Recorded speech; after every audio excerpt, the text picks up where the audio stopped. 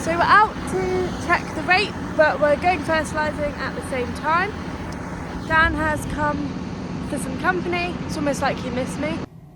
So we are fertilising with polysulfate, which is our sulphur requirements. So here's Dan just putting it in. I'm actually sat in the forklift, lifting the bags up. So once we've done this, we'll head off and we'll go do some fertilising.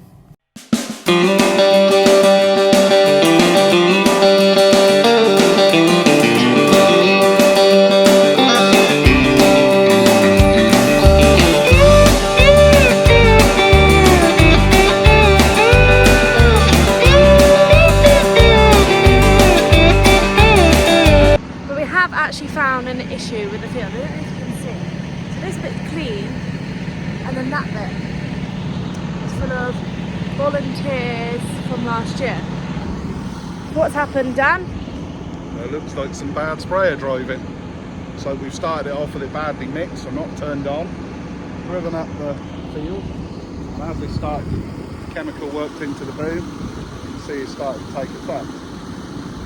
So you can actually see what the chemical does to the crops. So here you can see it's full of almost like barley and wheat here, and then this part of the field you can actually see the rapeseed coming up.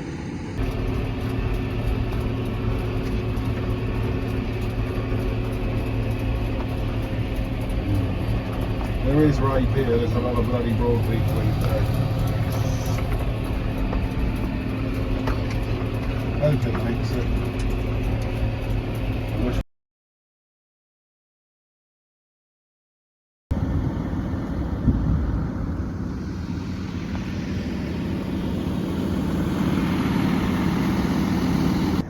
Good, we've got to do it again. Don't think so. Let's look for foamer. So we have to start looking for foamer in the rapeseed, which is a disease. Most of it looks good. It is coming up, but we have got some broadleaf weeds here. So we got some pigeons. And the remnants of the flea beetle. Oh, and the remnants of the flea beetle, as Dan just said. But you can actually see how well spraying actually works, just the cut line. Where maybe here Dan started to mix it up and it's not actually worked properly. The chemical has not come out with the water, or the water's just come out that patchy bit. But the clear cut straight line, you can see chemical or no chemical, what a difference it actually makes to the crop. This time of the year we're going to start looking for foamer in the rapeseed. This is a disease which affects the crop, so we're going to have to start spraying for it if we see it. Can't see any signs of it at the moment. I'm gonna go have a look and I'll let you know if I find any.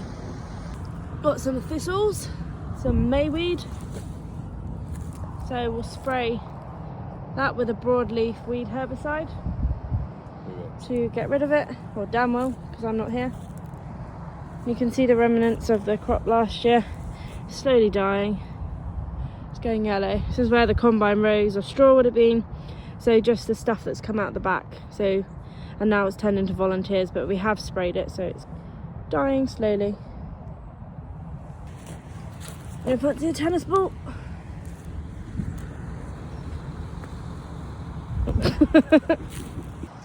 Dan and I were just discussing how well we've travelled on the soil. We had 1.5 inches of rain last night and we still haven't made a mess. We are on light sandy soil, but because we strip-tilled the crop, it's gone in so nicely that we haven't made a mess of the field. If it was heavy land, we might have, but I think it's because we have strip-tilled it, it's gone in really well, and we haven't messed all the fields up with our fertilising, even though we got 1.5 mil of rain last night. It's done. So we think it's actually going to be fine, but we are going to keep our costs low just in case it doesn't come up. We can start seeing it coming up now. It hasn't had too much flea beetle damage, but it has had a little bit. So if we keep our costs low until it really starts producing more leaves and growing better, then we won't cut our losses. Here's growing good, actually. See it all coming up. no signs of FOMA, which is good as well. Well, 155. Getting ready. Gonna jump back in a second. So we re-drilled this crop roughly on the 7th of September because there was very low emergence. You can actually see the smaller plants coming here, and this is obviously what was here before. It is quite a thick crop, but we can deal with a thick crop rather than a thin crop. If it's too thick, I suppose it won't get all the photosynthesis because the canopy is too wide, but we can cope with that. It's better thick than thin, I suppose, but we re-drilled it and it seems to be coming up well. I think if we actually had left it and was patient, it would have come up, but you never know. So we've re-drilled it, growing well, and I'm glad we did actually. Are you? Hello? Oh yeah.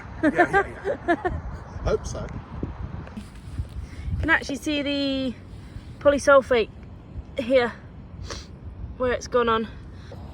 So we put 150 kilograms of product of polysulfate on now, but we're looking to put 100 kilograms in total of just sulfur throughout the season. But polysulfate, I can't remember, I can go and look on a bag when I get back how much is actually in the polysulfate, but total we're going to try and put 100 on of polysulfate on our rapeseed.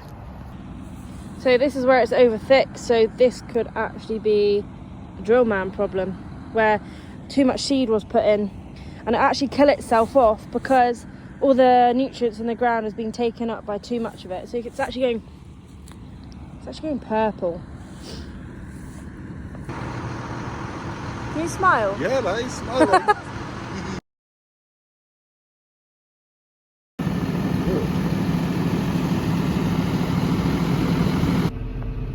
Someone must have fancied a sleep in the field. They bought their mattress for a nice countryside view, but they didn't take it home. This is another example of fly tipping in the countryside. And one we're going to clear up at our own expense. Dan's not very happy. No. I don't know if someone's wet themselves in the mattress, but it's possible. It looks well stained, whoever it's It is well stained. Anyone fancy a mattress? It's free to collect if you want it.